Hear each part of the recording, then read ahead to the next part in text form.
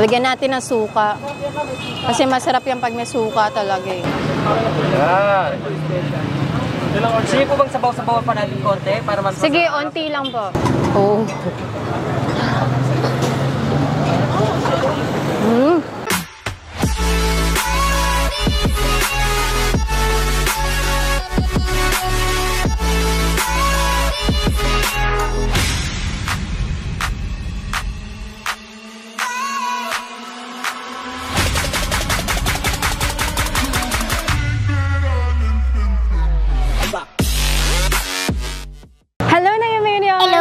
Today's food trip. Andito ngayon tayo sa Muñoz dahil dito merong masarap na pansit bato. At andito nga tayo sa Kuya Mike's Authentic Pansit Bato. Dito lang yan sa likod ng Walter Mart. Kaya tara, kain na tayo!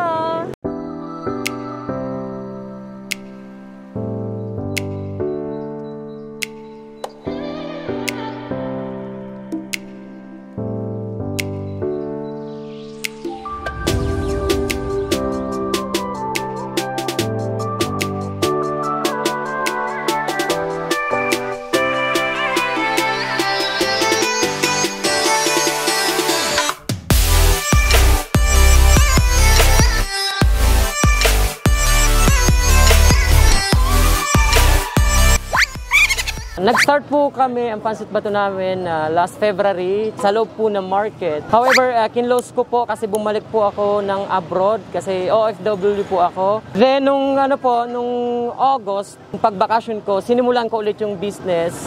So ayun nga po, nag-isip ako ng paraan para mailabas siya sa market. So ito po yung naisip ni Kuya Mike's, magtayo ng cart para makuha niya yung mga, let's say, mga dumadaan na wheels and mga nagmumotor, mga tao. Kaya ayun, bali mag 1 month na po kami na naka-cart. Sa mga viewers po ni Ma'am, ni Idol, ini-invite ko po kayong bumisita sa aming tindahan. Open po tayo from 1 p.m. hanggang 7 p.m. lamang po. Pero I highly recommend po na kung mas makakapasyal kayo mas maaga, mas maganda para ma-experience niyo po ang mga toppings ni Kuya Mike. Kasi po, usually 6 p.m. sold out na po tayo. Ayun lamang po, maraming salamat po.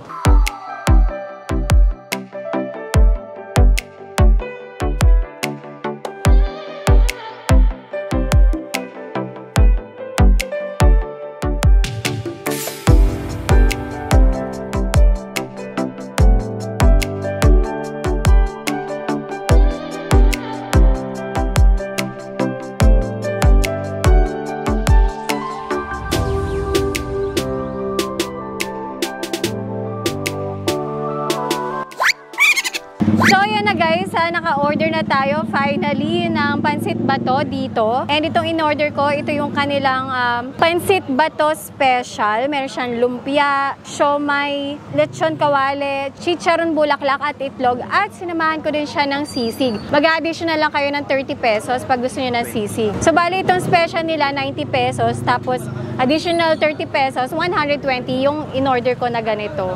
Kaya, so may kasama din siyang egg. Kaya tara, tikman natin. Tikman ko muna with sisig. Oh, mainit-init to. Oh.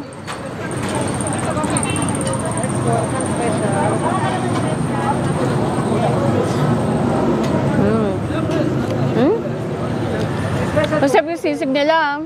Tsaka may anghang na. Malasa.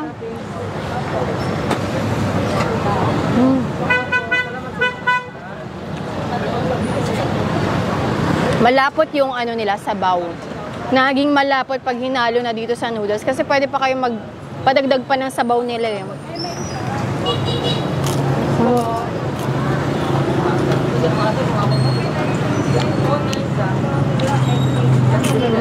Lutong.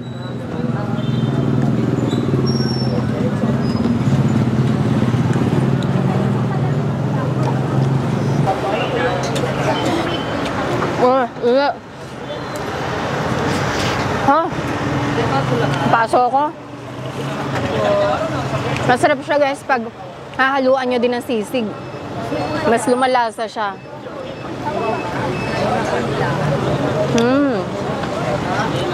Putok batok. Kasi meron din chicharon bulaklak. Bigyan natin ng chicharon bulaklak yung pansit bato.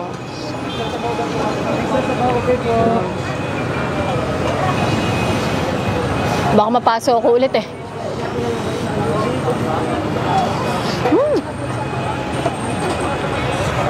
Oh. Sarap.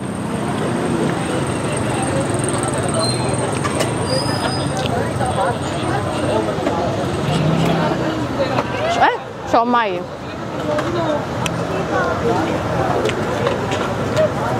Try natin with suka. Lagyan natin ng suka. Kasi masarap yan pag may suka talaga eh. Wow.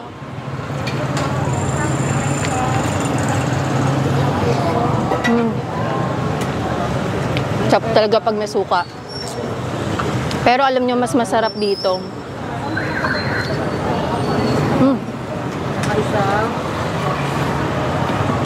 Paghahaluan nyo pa siya ng dinuguan, kaya magpa-additional dinuguan din tayo kasi pwede din naman. Kuya, pa-additional po ng dinuguan. Sige po, dinuguan.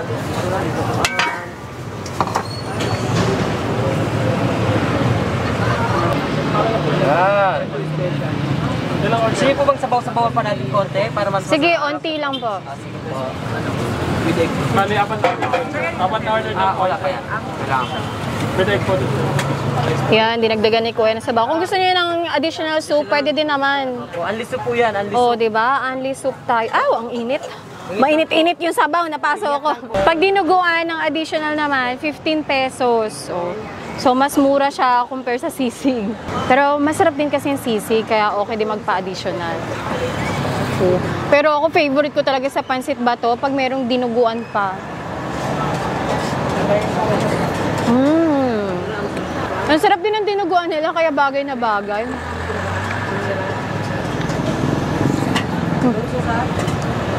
Meron din pala silang tinapay dito. Ipalaman natin yung pansit bato dito. Mas masarap yan. O, diba, pak? Ganarn. Oh.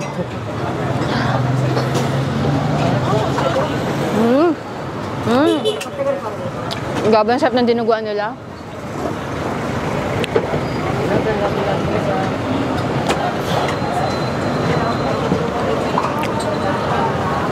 Perfect combination.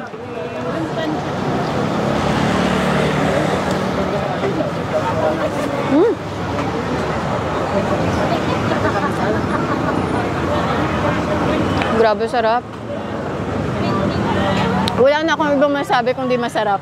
Kasi masarap talaga siya. Tsaka guys, yung noodle na gamit nila dito, yung pansit bato, nanggagaling pa daw talaga ng Bicol. Kasi yung may-ari, taga Bicol talaga. So, alam niya talaga kung paano magluto ng pansit bato.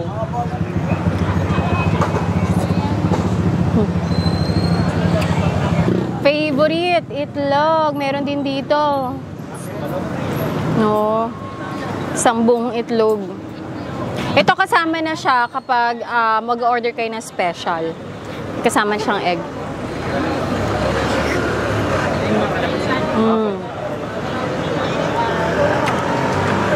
Oh.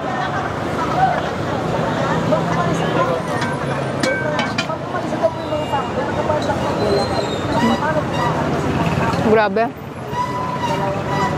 Nakaka-addict kasi yung lasa niya. Kaya hindi mo mapipigilan. So yun lang guys, hanggang dito na lang yung vlog natin for today's video. Again, dito nyo to matatagpuan sa May Muñoz. Likod lang to ng Walter Mart. Makikita nyo yung handyman na signage. At sa tapat lang nun, dito lang yung Kuya Mike's Authentic Pansit Bato. Grabe guys, must try. Pag taga dito ka, putahan nyo na. And worth the dayo naman to. Sarap.